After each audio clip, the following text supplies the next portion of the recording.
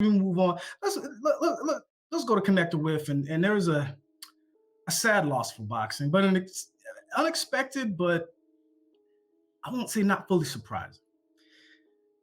Connector with Holyfield, Evander, real deal Holyfield, shouldn't have been in the ring Saturday night. Go ahead, JD. All right, but before we get to that, man, I got a little clip, man. Let's roll the tape on this, man. So y'all fans, in case y'all didn't see this, man, y'all check. Holyfield would come back. He's got to touch him with the jab. He got shot again. Left hand. Vitor opening up. The referee looking in close. You can't stop this. Let Holyfield get his shots in. They will wave it off. They didn't give him. And with that being said, it's a connect, brother. He's got to stop. I cannot believe that my state. No, I can't believe it. I can't. But I was about to say I can't believe my state of Florida really allowed this to happen. But no, I can't believe it because California, rightly so, did not allow this to go down. And they were like, nah, we're not about to let this be a real fight with this 58-year-old man who's what, a decade? Y'all correct me if I'm wrong. A decade from his last fight? Damn. In about 10 years? He was 10 years from his last fight, man. And he's 58 years old. But nevertheless, Florida allowed it to happen, man. It's horrible. That was just horrible, bro. And I hope that Evander really lets it go. And he hangs it up for good. Because I will say this, and I keep saying this, I'm saying it one last time. Evander has to be at peace with the fact that he will never be Mike Tyson. He will never get that love from the fans, and he doesn't have the swag of Mike. He was still chasing. Right, he has the respect. He definitely he definitely has the respect. Really, I ain't gonna even get into that. He definitely has the respect, but he really was still chasing a third fight with Mike Tyson. Chasing the ghost. Yeah, a man that he actually already beat because he's always wanted that love and acclaim. You come back and knock out Wilder. He gotta let it go. Bro. You ain't gonna let it go. But that's all I got on. That's all I got on it though. I got love. Yeah, that ain't how the world work. Anyways, it's a super. He shouldn't have been in the ring. His kids said it to him. He knew it. Mm-hmm. Jeff Mayweather pissed me off because he trained him. I think then Jeff Mayweather talking about he's gonna be a problem, and bro, you know. You even watch. Shout out to Showbiz the Adult, man. You know I love Showbiz the Adult. And he said he showed a clip, and I want to send it to y'all, but so much going on where Holyfield was actually promoting the Triller fight. You know, he did the little quick plug, little 5 second. Check out the fight on the Triller. He can even say Triller right, but you know that ain't got nothing to do with that. So. But once he went to throw a punch, bro. Like he threw a punch and he threw the punch like that, bro. And I'm like, no. And Showbiz went to laugh and he couldn't stop laughing. You want to hit, but all slow, huh? It was no. And then so I had to watch. It was Jeff Mayweather, somebody. Jeff, I don't know if I'm wrong. Either way it go, they had him training or whatever, and his motor skills didn't look good. But they had some clips where he looked a little sharper, but he didn't belong in there. And I think some of it has to do with Tyson, but I also think he's broke and chasing the bag too. Yeah, so financial decisions throughout his life. That's true too. Seeing Rick Ross throw these huge pool parties at his house, he wants the biggest house in Georgia. You know, might be 100 million acres, 90 bathrooms, man. Like that, you know, like it's bad. You know, Holyfield had a lot of kids too. Having a fast lifestyle and too many kids to do that to you. And financial literacy, man. We gotta be better. We gotta teach our kids. This ain't what you want. Because I don't want. How many fighters like even Mike Tyson? You don't want to be the next fighter. You know, stop Floyd Mayweather. You the man right now. You the big man. In the future, later, you don't want little baby buying your house for 1,000% discount. Like we seen. 50 Cent buy Mike Tyson's house in Connecticut. Right. And Holyfield, you know what I'm saying? Yeah. Mm-hmm. We done seen it. We done seen that, and that's the dynamic we need to change, man. And I will say this, man. I hate to go back to it, but I feel like it was such a big robbery. I said something to JD yesterday when it comes to this whole thing, and I'm circling back to Oscar about this because you just reminded me of something about not wanting your kids to box. Up until that point, I was like, I would put my kids in boxing. If I had kids, I put that. And what's happening in boxing is because it's so unfair and it's so dangerous, ain't nobody going.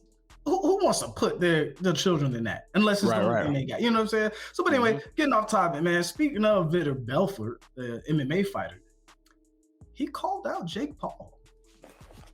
Connector whiff. You would like to see Vitor Belfort versus Jake the Problem Child. Paul. Go ahead, Q. Should I watch it? I'll watch it. You know, I definitely tune into it. I ain't gonna lie. Okay, what we got, JD?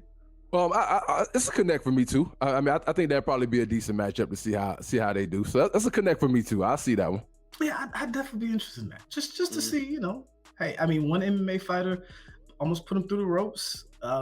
This one might put him on his ass. So I mean, you know, it'd be cool to see. Neither one of them are boxers, but I have to say I would root for Jake Paul just because as a practitioner of the sport, he's been boxing a lot longer. So I'd be rooting for him, but I would like to see him get punched. I'd rather see him in there with Tyrone Whitley again. Yeah, but you know they ain't about that. Yeah, they ain't happening. Speaking of rematches that are not gonna happen, connect or whiff. Teofimo is ducking a rematch with the Matrix by mulling his career. By mulling a decision. No, not really by making a decision to go to 140. As they said, the headlines were, "Oh, he's mulling a 140, thinking over." Nah, he's going to 140. Connector with Tio is ducking the Matrix by going to 140. Go ahead, JD. It's gonna be a two-part response. I'm gonna say connect, but let me add for very good reason because what we saw happen with Oscar Valdez and Robson, bro. So he is ducking. But he's ducking because he knows if he gets in that ring and he does not get him out of there, he's not walking away with a decision over Lomachenko at this point. Nope. Not it could be partly because of that Nakatani fight because Teofimo looked good as shit in that last. I mean, not Teofimo, but Loma. The Matrix looked like the Matrix. Like he looked like he. But anyways, let me answer that question. I think Teofimo has a contract with StreamYard, with Duck Commanders, with Duck Sauce. Mario, Duckhead jeans. Hey, so this sponsored by Tio. This sponsored by Tio, man. With the duck in the corner. And probably, like you said, for good reasons. Probably, you know, you see the writing on the wall. You know what I'm saying? But it's a duck because that's a money fight. That's a good opponent. And when last seen, he came in. Could you try again? That was so. No, Teofimo doesn't want to try. But I'm gonna say this, and I'm gonna jump in on this. So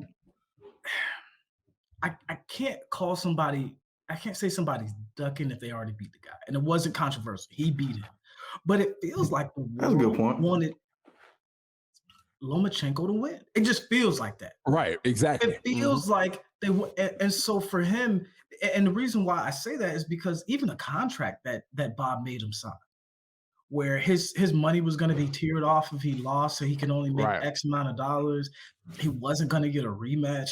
I mean, this is a mess of Lomachenko's making. His arrogance, he didn't take the kids seriously, and he got beat straight up and down. So you guys want to talk about closing the show. Not only did Tio open up and win, he closed the door. He slammed the door. And so for me, for Tio, it makes sense. Like, why go back when you know the world wants Loma to win? Like, come on, everybody. Not everybody. I'm just saying. ESPN, I get it. ESPN, top rank is ESPN now. Right. Mm-hmm. So Bob Arum only makes him sign that sort of contract because he's on the back burner and his golden goose is Lomachenko, right? And so with knowing that, the same reason why Terrence Crawford, but Bob Arum didn't try to make a Terrence Crawford-Pacquiao fight, right? Pacquiao was his cash cow. He wasn't making no money off of Bud. So then why, after doing that, why would you go back into that fight, right? You climb to the mountain, onto the next. And so, I mean, it would be a really good fight. But at the same point in time, just the politics of boxing, I think he's smart for doing that. And that's unfortunate because that kills the sport. We should see Tio Loma on a fair playing field, right? Because the thing I won't say about Tio and him ducking, he was asking for the fight, but for anybody even really knew who he was. We knew who he was, but the boxing public at large didn't really know who Teofimo was, and they still don't. And he said, "I want that fight," and he was serious, and he beat him when nobody thought. I wish I would have put money on that fight because I think all three of us unanimously picked Tio to win that fight. I thought he'd get a knockout, right? But it's one of those, and he almost did. Right. Lomachenko knew when to off gas. So here's the thing is, I'll say, you know what? I'll be consistent. I said, is he ducking a rematch?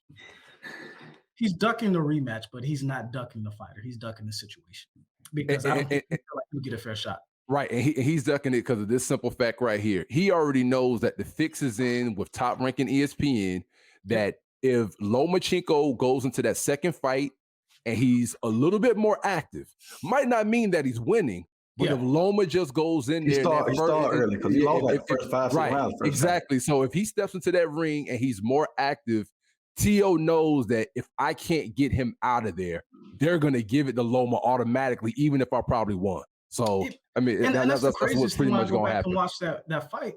Loma only won 4 rounds, right? He like people don't get how like thoroughly Tio beat him. He was up in the fight. Loma had to do something to change the fight. And then when he adjusted, that's when Teofimo slammed the door. It's like, no, you're not better than me. Loma would have had to take chances he didn't want to take. Yeah.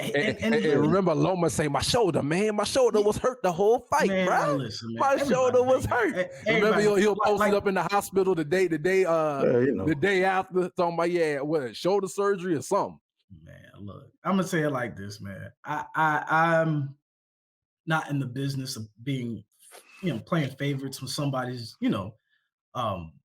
really just that dude, right? If you that dude and I'm not a fan of yours, I'll just say you that dude. I'll root for somebody to beat you, but like, you that guy, you that guy. Lomachenko's not that guy they tried to make, right? No. They make all these excuses for him, but then when they look at Pacquiao and all these other guys rising up the weight classes, they don't make any excuses for them. They don't make any excuses when some fighters lose. And when Pacquiao had his shoulder issue, he was trying to tell the world, I got a shoulder issue. I was like, oh, you lost. Anyway, next. Nah, man. Next. They did a whole little piece on ESPN about Lomachenko's comeback. I don't give a damn about Lomachenko like that. He's not one of the greatest fighters ever lived. He's one of the best pound for pound right now. But with that being said, I know Teofimo doesn't feel the love from Top Rank, which is why he wouldn't get back in that water. So, but speaking of love, man, is it that time? Yes, sir. I think so. Well, hopefully, man, y'all love us like we love y'all. Y'all already know what's up. This is Boxing Vibes TV, man, and on a somber post weekend, but still, man, we talking about boxing, baby. You gotta love it. Hopefully, y'all love us, man. We out of here. Take us out. Not too bad, boy. We out. Y'all make sure y'all still check out our Iron Mike Tyson glove raffle. Hit us up at bbtvmediagroup@gmail.com. And we out. Y'all have a good week, boxing heads.